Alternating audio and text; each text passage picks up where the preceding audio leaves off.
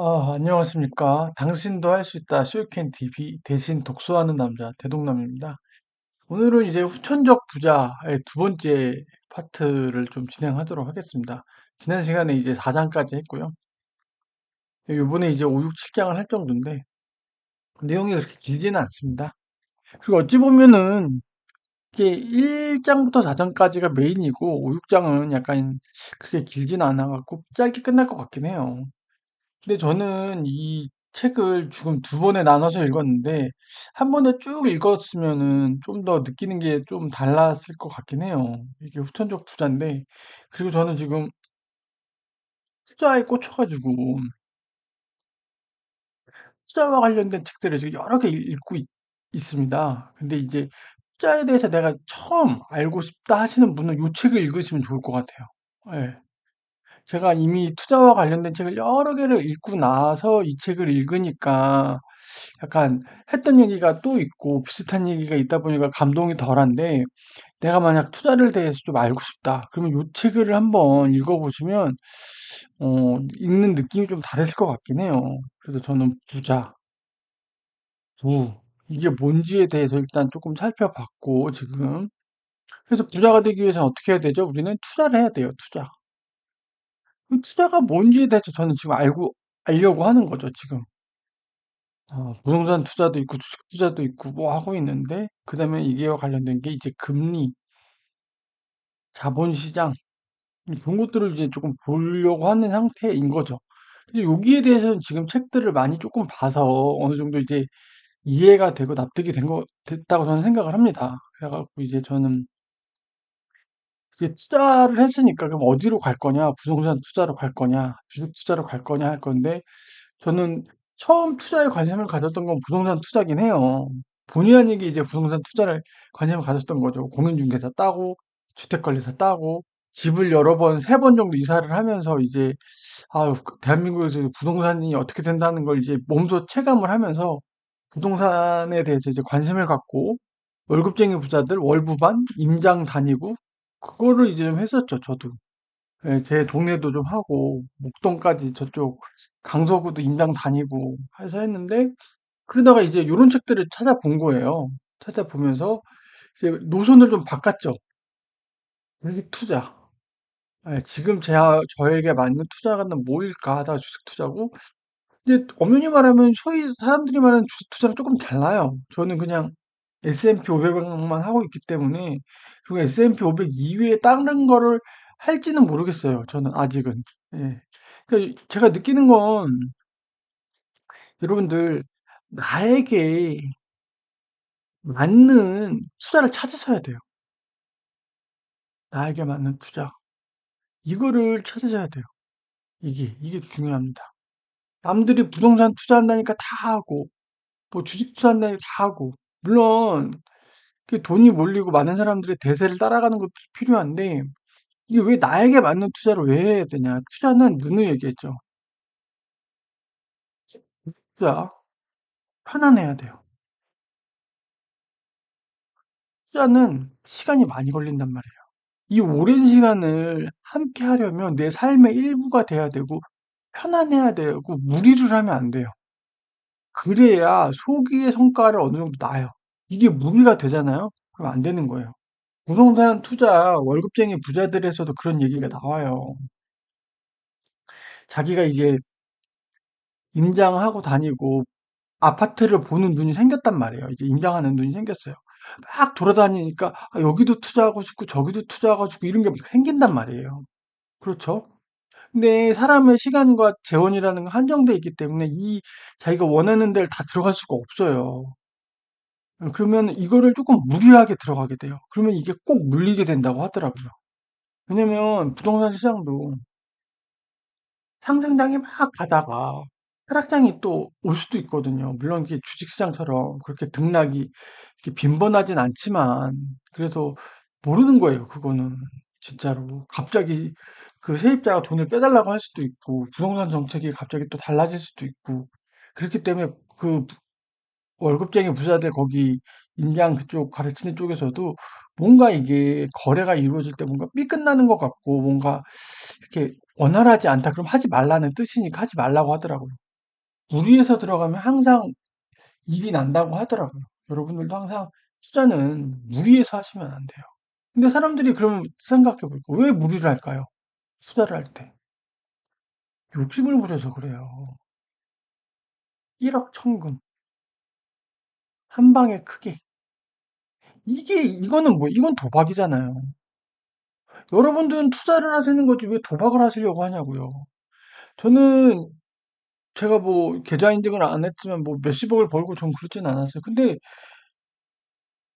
투자가 어렵진 않거든요. 투자가 어렵지 않아요. 제가 봤을 때 지금 보면 투자는 어렵지 않아요. 시간은 우리의 편이에요. 이거를 참고 견디면 돼요. 이걸 못해서 그런 거지. 이 돈 있는 사람들을 보면 좀 제가 오만할 수도 있는데 저도 이제 아직 안 잃어보긴 했는데 한심해 보여요. 예. 물론 열심히 노력해서도 이룰 수도 있죠. 물론 그런 사람들을 얘기하는 게 아니에요. 이런 사람들. 단시간에 뭐 해가지고 확 벌려는 사람들. 정말 한심한 것 같아요. 투자가 그렇게 넉넉한 게 아니거든요. 투자, 세계 최고의 워렌 버핏도 그딴 식으로 투자 안 해요. 세계 최고의 투자자라는 사람도 그렇게 안 하는데 왜 그렇게 투자하냐고요. 물론 그런 사람들이 있기 때문에 돈 버는 사람도 있겠죠. 예, 정말 한심해 보여요. 그리고 저도 유튜브 이렇게 보는데 가끔 이제 보면 댓글에 종목 찍어주세요 하는 인간들. 아, 정말 한심해. 정말 한심해. 정말 한심해. 종목 찍어달라고 하는 인간들. 정말 한심해요. 정신 차리세요. 여러분들이 공부하시고 좀 하시라고요. 책 두 권, 세 권만 봐도 그게 얼마나 한심한 질문인지 알아요. 예. 본인의 수준이 느껴지는 거예요, 그런 게. 아, 좀 들어가 보겠습니다. 이번 건 길진 않아요. 그래서 월급 보장 프로젝트인데, 파이어족이면 모두가 꿈꾸고 있죠, 월급 보장. 예, 이 월급이 뭐죠? 지금 내가 회사에서 받는 것만큼 자본소득이 나오면 이제 회사를 그만두겠다. 그렇게들 많이들 생각하잖아요. 물론 저도 그렇고. 근데 그게 생각보다 쉽지 않다. 그게 쉽지 않다. 부자의 투자법은 그래요. 손해를 최소화한다는 거죠. 그리고 여유 자금이 있기 때문에 여유롭게 할 수 있다는 거예요. 이게 부자들과 일반인 사람의 차이예요. 무리를 하지 않아요, 사람들은. 아, 일반 사람들은 마치 이번 기회를 놓치면 큰일 날 것처럼 느낀단 말이에요. 근데 부자들은 어때요? 뭔가 하다가 뭔가 여의치 않아? 그래, 다음에 또 있겠지. 그 여유로움이 있다는 거예요. 근데 일반 사람들은 어때요? 마지막 기회인 양 한방 투자죠. 이러니까 실패를 한다는 거예요. 이 조급함과 성급함. 예. 그런 것도 있어요. 예를 들어서 10만 원에 80% 확률로 이익을 보고 5만 원의 확률로 5만 원으로 20%의 손해를 보면 어떻게 되죠? 0.88. 기대값이 0.8에 8, 20, 250. 마이너스잖아요. 마이너스 20%의 확률 마이너스 1. 기대값이 7이란 말이에요. 이건 기대값이 7이에요. 양수잖아요. 이건 부자들이 반드시 투자해요. 보세요, 근데. 9%의 확률로 1억. 1%의 확률로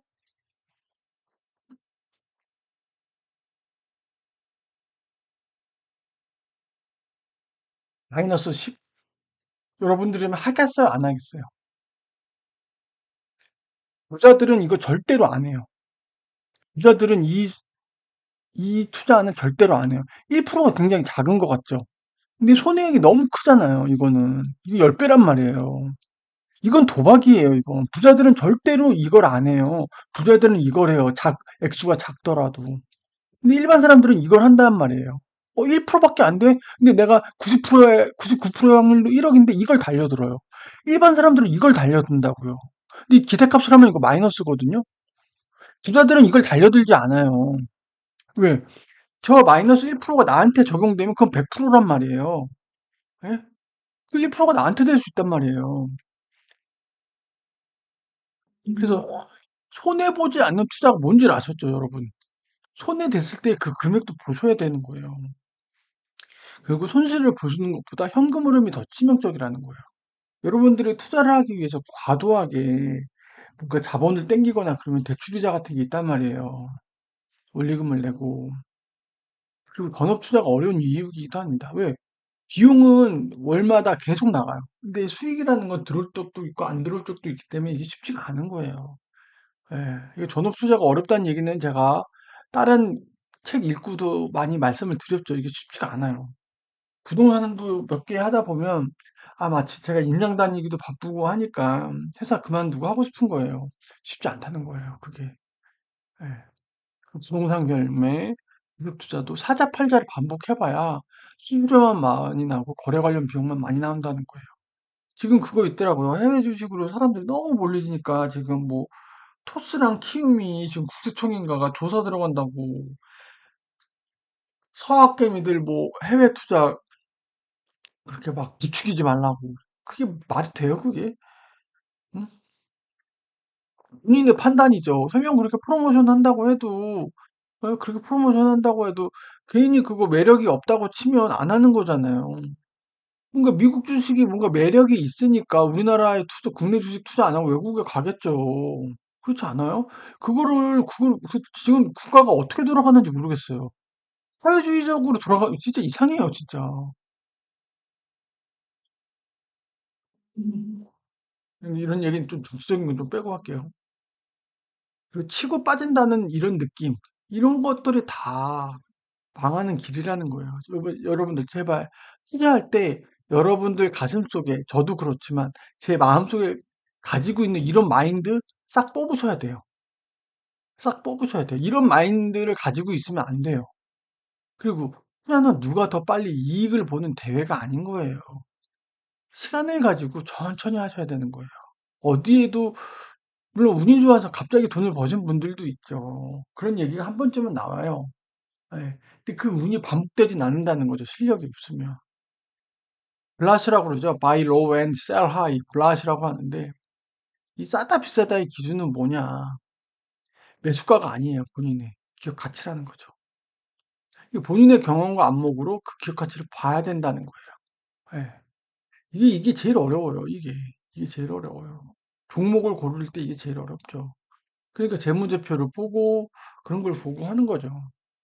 그리고 월급, 후천적 부의 주춧돌이다.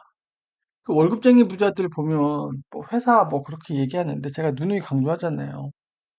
우리한테 들어오는 핵심이 이 월급이에요, 월급. 월급의 노예가 되지 말아야 되는 건 맞는데 그 월급을 열심히 모아가지고 그걸 가지고서 우리가 투자를 해서 파이어를 꿈꾸는 거죠. 이거를 업수위 여기면 안 된다는 거예요. 예. 왜냐면 고정지출이 있기 때문에. 그래서 월급 이상의 고정 수입이 생기기 전까지는 뭐 전업 투자네 마네 이게 전제예요. 이런 얘기 하시면 안 돼요, 여러분들. 여러분들이 부동산 투자를 잘 하셔가지고 임대 수익을 주고 있어요. 근데 여러분들이 지금 벌고 있는 월급보다 더 많이 들어야 돼요. 더 많이 버셔야 돼요. 그거 세입자가 뭐 고쳐달라 그러면 집주인이 다 해줘야 돼요. 은근히 그거 돈 많이 들어요. 관리비도 좀 들고. 그리고 얘기했죠? 마지막 기회 아니에요, 여러분. 기회는 반드시 옵니다. 물론 워렌 버핏이 일생을 살면서 한 20번 정도의 기회가 올 거라라고 하긴 했어요. 근데 지금 그 기회가 마지막 기회인 것처럼 몰빵하지 말라는 거. 과욕 부리지 말라. 그리고 투자를 통해서 수익금을 얻으면 이건 지출을 하지 말라는 거예요. 내가 지금 어디 들어갔던 종목이 좀 올랐네. 내가 오늘 한턱 쏠게. 이런 거 하지 말라는 거예요. 그걸로 재투자를 하든지 별도 관리를 해가지고 또 다른 투자를 위한 원금으로 그렇게 활용을 하든지 그렇게 쓰셔야 된다는 거예요. 이게 얼마나 너무나 소중한 돈이잖아요. 투자를 통한 수익금. 이걸 이렇게 쓰면 안 된다는 거죠. 이렇게 맛을 들이시면 안 돼요. 여러분들, 이렇게 맛을 들이시면 안 돼요. 투자를 하는 의미가 없어요. 그러면. 음. 그리고 안목이 생겨야 결단력, 행동이 생긴다는 거야. 기회가 왔을 때 이거를 행동을 할 수 있다는 거예요. 그 얘기 유명한 얘기 있잖아요. 뭐가 스트라이크가 들어왔을 때만 방망이 이들 휘두른다. 일단 스트라이크가 들어오는 스트라이커인지 볼인지 선구안을 봐야 되고 뭐죠? 그게 종목을 고르는 거죠. 그리고 그럼 결단력이 어디 있는 거? 스윙을 할 수 있는 게 뭐예요? 결단력이죠. 이게 있어야 된다는 거죠. 스트라이크가 왔을 때 멍하니 서 있는 것도 바보죠. 휘둘러야죠, 방망이를. 예. 그리고 동료와 상의해야 돼. 동료랑 상의하라고 해요, 이 책에선.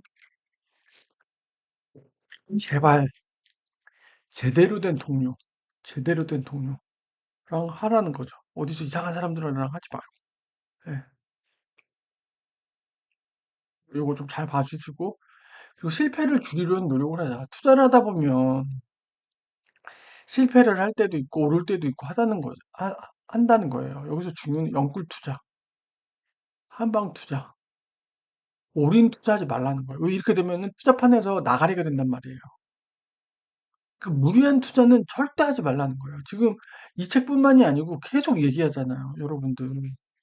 계속 얘기하잖아요. 투자는 손실을 볼 수 있어요. 근데 이렇게 들어가면 어떻게 돼요? 이거 회복이 안 돼요. 회복이 너무 힘들어요. 한방 투자는 회복이 너무 어려워요. 이거는 진짜 힘들어요. 제가 얘기했잖아요.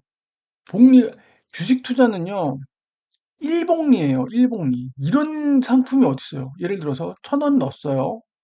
예를 들어서 여러분들 1% 올랐어요. 1%. 1,001원 됐죠? 또 1% 올라요. 1,001에 또 1% 올라요. 이런 데가 어딨어요? 물론, 하락할 때는 하락도 복리로 하락해요. 이 복리로 하락하기 때문에 이 회복하기까지가 되게 힘들어요. 예를 들어 10% 빠졌어요. 올라가려면 10%가 아니요, 10%더 이상 더 올라가야 원금을 회복해요. 예. 이래서 주식 투자이 무서운 거예요. 근데 그 대신에 주식은 일복리예요, 일복. 일복리 시장입니다. 일복리 시장. 어마어마한 시장이죠. 일복리를 주는 데가 어딨어요, 일복리. 그래서 여러분들이 투자판에 버티셔야 된다는 거예요. 근데 이 영끌 투자, 한방 투자하면 어떻게 돼요? 이 투자판에서 밀려나게 사라지게 되면 복리의 열차에서 내리게 되면 끝난 거예요. 내가 3년 하다가 내려왔어. 다시 그 전에 했던 3년 없어진다니까요. 근데 버텼어. 지금 마이너스긴 해도 계속 버티고 있어. 근데 얘가 다시 올라가. 복리의 열차에 타고 있단 말이에요. 얘가 계속 올라가, 올라가, 올라가. 어? 그러면 한단 말이에요. 그래서 제가 누누이 얘기잖아요. 어? 하루하루를 투자판에서 버틴 사람들이 이 나중에 딸 수 있는 게 복리의 열매라고. 버티셔야 돼요. 버티셔야 되는데 이런 거 하면 돼요, 안 돼요? 안 되죠. 저 또 황당한 거, 또 유튜브에서 봤던 건데 집주인인가 봐요. 전세 자금 누가 맡겼나 봐. 2년 정도 이 자금 이거 가지고 자기 주식 들어가도 되겠냐. 와, 진짜. 도대체 그 사람은 강의를 뭘로 듣는지 모르겠어요. 근데 그 유튜브 강의하시는 분이 안 된다고, 그런 돈으로 들어가시면 안 된다고 그러시는 거예요. 전세 자금 이거는 어차피 2년 후에 세입자한테 줘야 되잖아요. 물론 저 2년 동안 저 돈을 굴려야 되는 건 맞긴 한데, 아, 저걸로 자기 ETF 들어가겠다고 그러는 거예요. 아, 진짜 종목 찍어줘요 하는 사람이 있고 저걸로 들어가도 돼요 하는 사람들이 있고 왜 그런 어처구니없는 짓들을 하려고 하는 거야? 욕심이죠, 욕심. 욕심이에요, 욕심. 자기 손에 조금이라도 돈이 있으면 굴리려고 하기는 그래. 그 마인드는 알겠는데 그게 무리라는 거예요, 무리. 그게 내 돈이 아니잖아요, 여러분들. 전세 자금을 마치 내 돈으로 생각하는 집주인들이 전 그게 제일 싫어요. 세이노님이 그랬어요. 자기는 찝어서 얘기는 갭 투자 안 한다고 그랬어요. 그분은. 내가 걷는 이 투자 이 라인에서 이 누군가에게 피해를 줄 수 있는 가능성이 조금이라도 있다면 난 그 투자 안 한다고 했어요. 갭 투자가 그래요. 솔직하게 얘기하면. 예. 그 갭 투자가 솔직히 세입자한테 피해를 줄 수 있는 여지가 없지 않아 있습니다. 예. 갭 투자가 2010년부터 확 돼서 지금 거의 뭐 누구나 다 아는 애고 지금 뭐 몇몇 저쪽 월급쟁이 부자들이랑 몇몇 보면 갭 투자로 크게 성공하신 분들 계시고 그것도 하나의 뭐 투자 방식이고 그건 저도 인정은 하고 그렇긴 하는데 세이노님은 딱 누가 이렇게 했대요. 근데 자기는 자기가 가려는 이 투자의 길에서 안 한다고 하더라고요. 저도 그건 이해가 되고 저도 안 하려고 해요. 설령 제가 부동산 투자를 한다고 해도 저는 갭 투자는 그렇게 썩 하고 싶진 않아요. 예.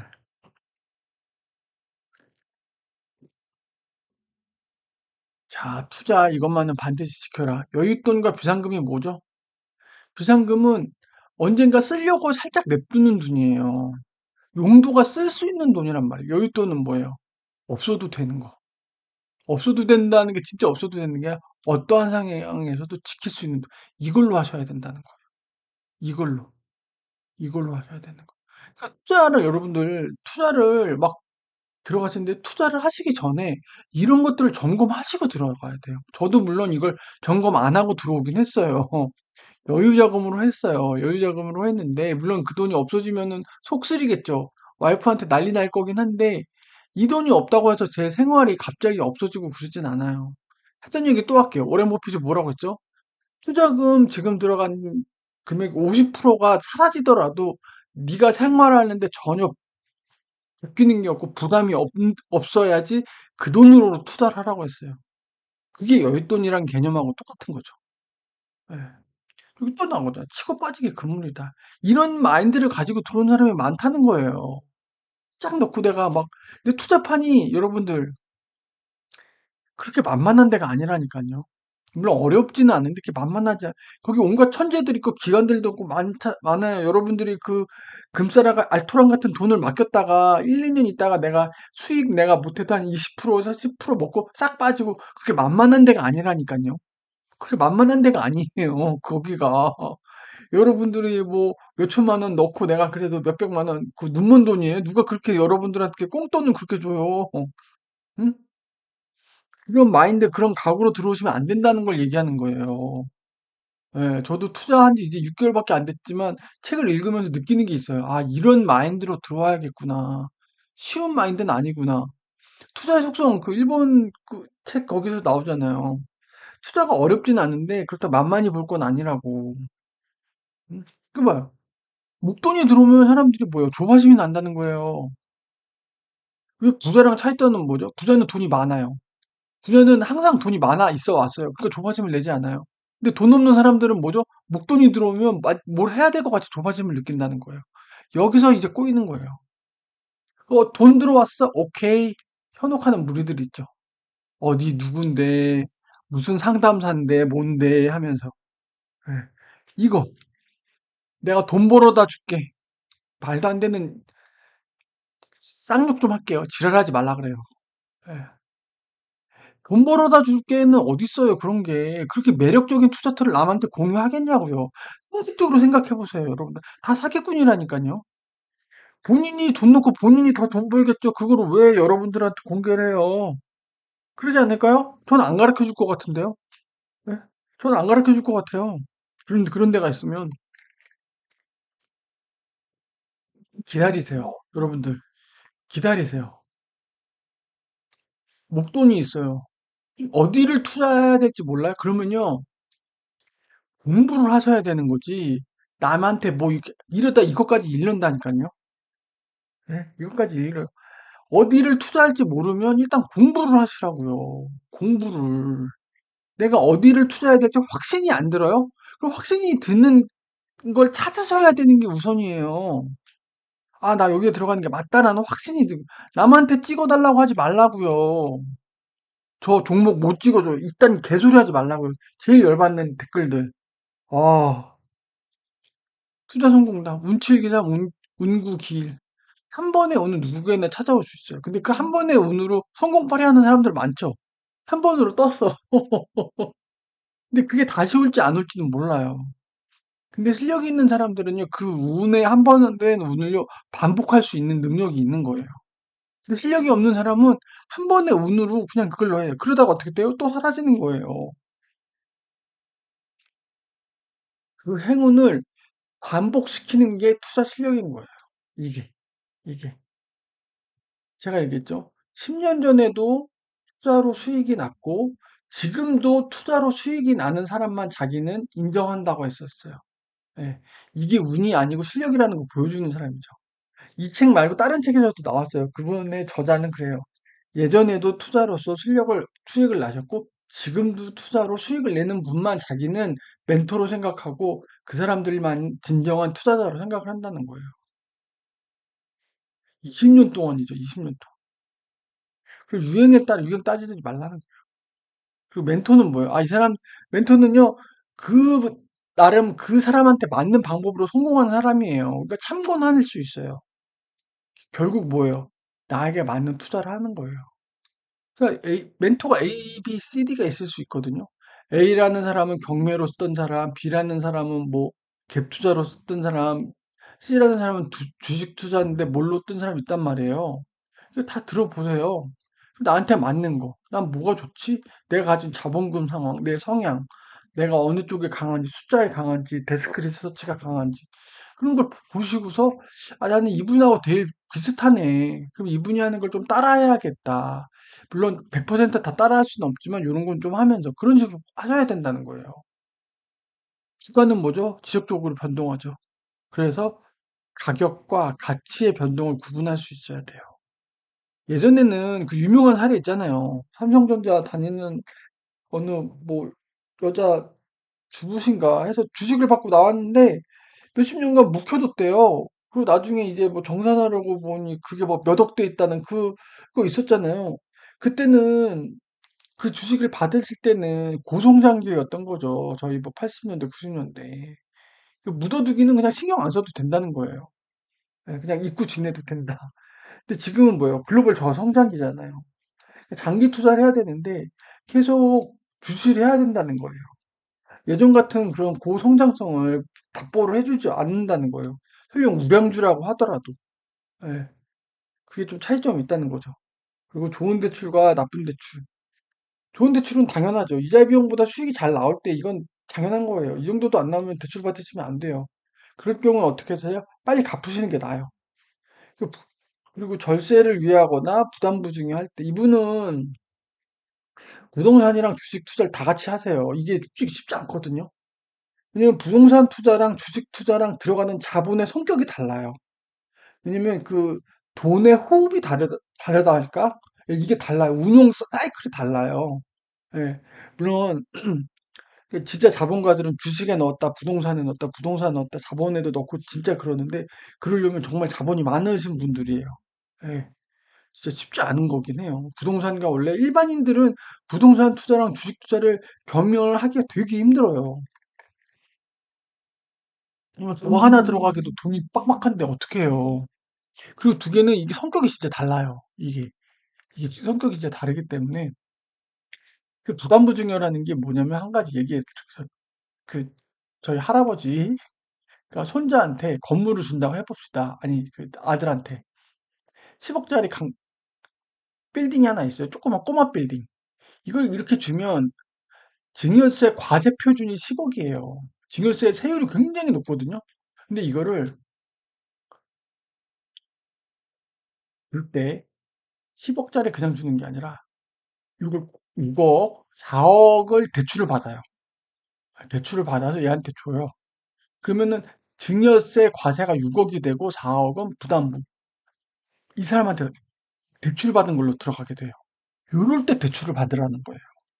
부담부증여는 부동산에 있어서 굉장히 중요한 개념입니다. 제가 그래서 공인중개사 공부할 때 목표가 부담부 증여 해보는 게 목표였어요. 왜냐면 부담부 증여를 한다는 것 자체가 상당히 돈이 있다는 자본가예요.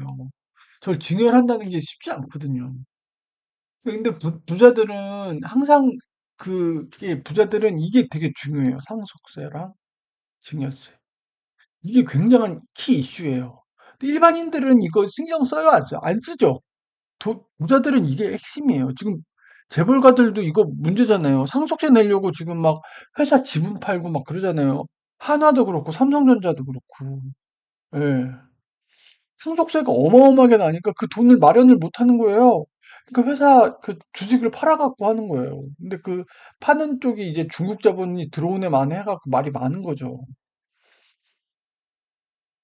그래서 부담부증여 같은 거를 하면 좋은 대출을 할 수 있다.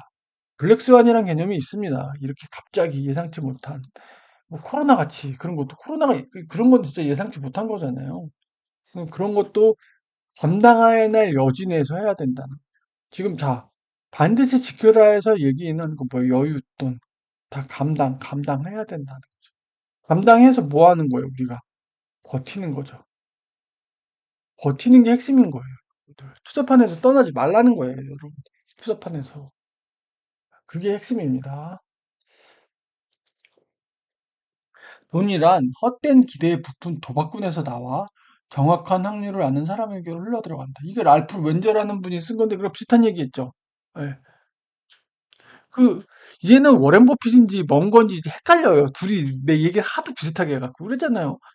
투자파는 조급한 성격의 사람의 돈이 그 인내를 가진 사람한테 흘러들어가는 거다라고 얘기했잖아요. 똑같은 말이에요, 이게. 똑같은 말이에요. 예, 똑같은 말이죠. 자신의 판단이 틀렸을 때 변명하지 마라. 자신이 틀렸다는 것을 인정하고 그로부터 이익을 얻도록 노력해야 된다. 이거 얘기 나왔죠. 뭐죠? 투자를 하다 보면 실패를 해요. 이거 반드시 복귀하셔야 돼요. 복귀, 복귀. 이래야 두 번 실수를 안 하는 거죠. 복귀를 하셔야 됩니다. 이게 프로 기사들이 이세돌도 그렇고 꼭 하는 게 뭐예요? 하고 나서 꼭 복귀를 해요. 예, 복귀를 어디서 악수를 줬는지 패착을 했는지 그런 것들을 꼭. 예. 아, 그리고 이제 마지막 장입니다. 이제 거의 마지막 장이네요. 인내하라는 말도 있고 인내가 전부가 아니다라는 말도 있죠. 이게 뭐냐면 그 종목이 잘못됐다는 판단이 들면 그건 인내를 하면 안 돼요. 빨리 손절하셔야 돼요. 그건 손절하시고 나와야 돼요. 확증 평양이라고 했잖아요. 내가 투자한 게 언젠간 오를 거야라는 막연한 확증 평양. 과감하게 던지고 나오셔야 돼요. 예. 근데 이 종목이 오라? 그럼 그거는 인내를 하는 거고 이게 되게 중요해요. 내가 꽂은 얘가 정말 아니다 싶으면 손절하셔야 된다는 거예요. 그래서 뭐가 중요하다는 거예요? 투자 원칙이 중요하다는 거예요. 그래서 투자 원칙이 중요하다는 거예요. 예. 이게 없으면 투자 원칙을 기반으로 종목을 찝어야 되는 거죠. 예. 근데 그 투자 원칙이 찝은 애가 만약 잘못됐죠. 그럼 투자 원칙도 잘못됐으니까 수정하시고. 그건 투자 실패니까. 예. 그걸 잘 보셔야 된다는 거예요. 확증 평형에 의한 버티기는 이거 인내가 아니에요. 그거는 손절하셔야 되는 거예요. 구분을 하실 수 있어야 됩니다. 노력 없지 얻으라 하지 마라. 이거 종목 찍어주세요. 이딴 말 하는 사람들 한심해 죽겠어요. 종목 찍어주세요. 종목 찍어주세요. 쳐보라고. 요즘 재무제표고 뭐고 많잖아요. 쳐보라고요. 아, 참. 투자 아카데미 이런 데 있단 말이에요. 일단은 그런 것도 좋은데 책과 강의로 본인이 직접 공부하라. 최소 몇십 권, 한두 권 말고 몇십 권 정도 하라는 거예요. 그리고 마음속에 하라는 거죠. 왜 투자를 시작했을까? 왜 수많은 사람들이 투자를 하고 있어요, 지금. 지금 이 시간에도 하고 있겠죠? 제가 얘기했죠. 대부분 불량 상승장에 유입되죠. 그래서 그때 약간의 수익을 본다니까요. 예. 그럼 제가 그랬잖아요. 여기서 잘못됐다고. 아무런 노력 없이 수익이 나요. 이렇게 날로 먹는 게 어딨어요. 아무것도 없어. 그냥 사기만 했는데 며칠 지났는데 막 10% 먹는단 말이에요. 불장이니까. 공부한 것도 없어. 어디서 주워드는 것들로 그냥 들어갔는데 됐어. 하이닉스 들어가는데 그때 좀 해서 며칠 만에 막 먹었어. 예. 그러면 생각했겠죠. 야, 10억 넣으면 5일 만에 10%만 먹어도 몇 억이네? 내 연봉을 보내. 이런 생각이 든다고요. 그거 드는 순간 뭐예요? 잘못된 거예요. 그건 투자가 잘못된 거예요. 첫 단추부터 잘못된 거예요. 그건 투자가 아니고요. 도박이죠, 도박. 날로 먹겠다는 도둑놈 심보죠. 또 나오죠. 투자는 미인데 내가 좋아하는 미녀를 고르는 게 아니라 모든 사람이 좋아할 미녀를 골라야 돼요. 이게 쉽지가 않다는 거예요. 부동산은 뭐죠? 입지죠. 교교 상태부, 교통, 교육, 상권, 쾌적한 환경, 부유층, 교교 상태부. 그건 모두가 원하는 입지 조건이니까 객관적인 거예요. 객관적인 거. 주식도 객관적으로 좋은 주식을 넣어야 된다는 거죠. 아까 얘기했죠. 운칠기삼, 운구기일. 한 번의 우연한 성공은 있을 수 있어요. 가끔 보면 유튜브나 이런 데 보면 한 번 성공한 사람들이 있어요. 그거 가지고서 자기의 썰을 풀고 성공 파리를 하죠. 근데 이게 반복이 되려면 본인의 실력이 있어야 돼요. 그리고 오랜 시간 있어야 되는 거죠. 그래서 투자를 하는 사람들은 뭐예요? 겸손함과 신중함을 유지한다는 거죠. 그래서 후천적 부자 되기란 뭐냐? 이분이 얘기합니다. 이 책의 제목이기도 하죠. 우리는 대부분 후천적 부자가 되기를 바란다. 왜죠? 우리는 금수저가 아니에요. 많은 사람들이 우리는 금수저, 뉴스에서 나왔습니다. KB에서 나왔는데 10억 자산가, 순자산 47만 명. 대한민국에 10억 순자산을 가지고 있는 사람이 47만 명이라고 뉴스 기사에 나왔어요. 제가 뭐라 그랬죠? 100억 부자는 못 돼도 10억을 부자라고 하기도 그래요, 이제는. 10억은 만들어 보자라는 게 제 목표라고요. 제 목표라고요. 100억 부자를 꿈꾸면 저는 이런 모드로 하면 안 되겠죠. 더 과감하거나 더 그렇게 해야 되는데, 저는 10억을 목표로 하고 있습니다. 10억을. 50세, 55세까지. 예. 50세까지는 좀 힘들고, 55세까지. 예. 수천적 부자는 단기간에 큰 부를 축적하는 것이 절대 아니다. 투자를 복귀하고 잦은 사고팔기 반복은 관련 업계의 수익만 증대될 뿐이다. 이 책의 목적은 투자 기법, 방법보다 투자 철학과 마인드를 심어주는 것이다. 그래서 저는 이 책이 요 목적에 되게 합당하다고 보고 있고요. 제가 서두에서도 말씀드렸지만 제가 투자 관련 책을 많이 읽어서 그러는데 투자 관련 책을 처음 뭔가 철학과 마인드를 알고 싶다 하시는 분은 이 책을 좀 강력하게 추천드립니다. 제가 원래 이런 걸 별로 소개를 안 시켜주는데 에필로그를 좀 소개시켜 드릴게요. 발견을 위한 참다운 항해는 새 땅을 찾아내는 것보다 관점을 새롭게 하는 것. 이것도 중요해요. 투자에서도 중요하죠. 에필로그를 좀 읽어 드릴게요. 이분이 에필로그를 쓴 거예요. 이 후천적 부자라는 제목을 주변에서 되게 좋아했대요. 그리고 이게 또 개정판으로 다시 나온 거거든요. 이분이 이 책을 쓰시려고 참고한 책도 굉장히 많아요. 그리고 저는 이 에필로그를 읽고서 이분이 어떤 이 책을 통해서 뭔가를 전달하고자 하는 게 굉장히 와닿았어요. 그래서 저도 여러분들에게 요거를 조금 소개를 시켜드릴까 해요. 근데 제가 느꼈던 바를 그 100% 여러분들한테 전달드리긴 어려운데 뭔가 저는 이 책을 읽고 그래, 내가 투자를 하려는데 특히 투자 초보일 때 잘 모르고 막막하잖아요. 뭘 하면 좋을까 할 때 뭔가 응원을 받고 힘을 얻는 느낌이었어요. 그리고 여러분들도 그런 힘을 얻고 그런 그 응원을 받을 수 있도록 요 에필로그를 좀 소개를 시켜드리겠습니다. 빨리 부자가 되고 싶은 욕구는 있다. 누구나. 그런 마인드로, 이건 자연스러운 거예요. 성공한 투자자는 어느 날 갑자기 나타나지만 오랫동안 그들의 노력을 알지 못한다. 가끔 지금 뭐 계좌 인증하시는 분들, 저도 아는 분이 있는데, 10년 전에 해외 ETF 하신 분이에요. 여자분이신데, 25억이래요. 25억이에요. 애들한테도 5억, 10억 이렇게 있어요. 근데 그분이 10년 전에 하신 거예요. 10년 전이면 여러분들 해외 ETF가 이렇게 편리할 때도 아니었어요. 지금 너무나 편리하잖아요. 소주점 구매도 되고. 그렇잖아요. 되게 선견지명이 있으셨던 거예요. ETF도 하시고 뭐 엔비디아도 하시고 그 계좌 인증을 하세요. 그분은 수시로 계좌 인증을 하세요. 그 자릿수를 보고 있으면 놀랄 정도예요. 남편분도 계좌가 있는데 온 가족이 그러니까 본인, 남편, 자식도 네 명이 다 주식 부자인 거예요. 10년 전에 그렇게 했더니 대단하죠. 근데 현재 봤을 때는 엄청난 오랫동안 그들의 노력을 알지 못한다. 투자의 시행착오와 실패는 있을 수 있다. 하지만 포기하지 않고 오랜 기간 경험과 지식을 쌓는 것만이 투자 성공의 지름길이다. 이거 말고는 없다는 거예요. 여러분들, 제발 어디 가서 종목 찍어주세요. 이딴 말 하지 마시고요. 여러분들의 돈을 여러분들이 책임을 지셔야 됩니다. 어설프게 뛰어든 투자는 상승장에 소중한 자금을 탕진하게 된다. 실전 투자는 최소 1, 2년 투자 관련 공부를 하고 나서 본인의 투자 원칙을 수립한 후, 이게 핵심입니다. 1년 정도 공부를 하고 투자 원칙을 수립하고 시작하기를 권고드립니다. 라고 합니다. 이게 핵심이에요.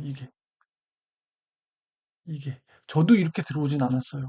저도 이렇게 들어오진 않았는데 들어오고 나서 계속 책을 찾아보잖아요. 저는 계속 찾아보고 있어요. 투자와 관련된 책을 계속 찾아보고 있다고요. 그래서 어떤 마인드, 어떤 걸 해야 되는지. 저는 아직 종목을 보는 눈이 없어요. 그 앞으로도 생길까는 모르겠어요. 종목을 보는 눈은. 그래서 여러분들 꼭 1, 2년 투자 공부를 하세요. 그리고서, 아, 내가 이러이러한 원칙으로 투자를 해야겠다라고 하면 그때부터 하시라고. 이 에필로그에서 되게 중요한 말씀을 하신 것 같아서 이것까지도 좀 소개를 시켜드렸습니다. 이 책 후천적 부자는 제목도 굉장히 와닿았고, 물론 이 내용이 저는 이제 다른 책들을 많이 봐서 새롭지는 않았는데, 투자의 어떤 철학과 마인드? 심기에는 굉장히 정리가 잘 된 책이니까, 혹시 좀 투자에 대해서 내가 뭔가 심기일전해야겠다. 뭔가 어떻게 해야 될지 모르겠다. 마음이 좀 불안하신 분들은 한번 읽어주시면 굉장히 좋을 것 같습니다. 이걸로 후천적 부자 두 번째 이야기를 마치고요. 당신도 할 수 있다. 쇼이캔 TV 대신 독서하는 남자 대동남이었습니다. 긴 시간 또 시청해 주셔서 감사합니다.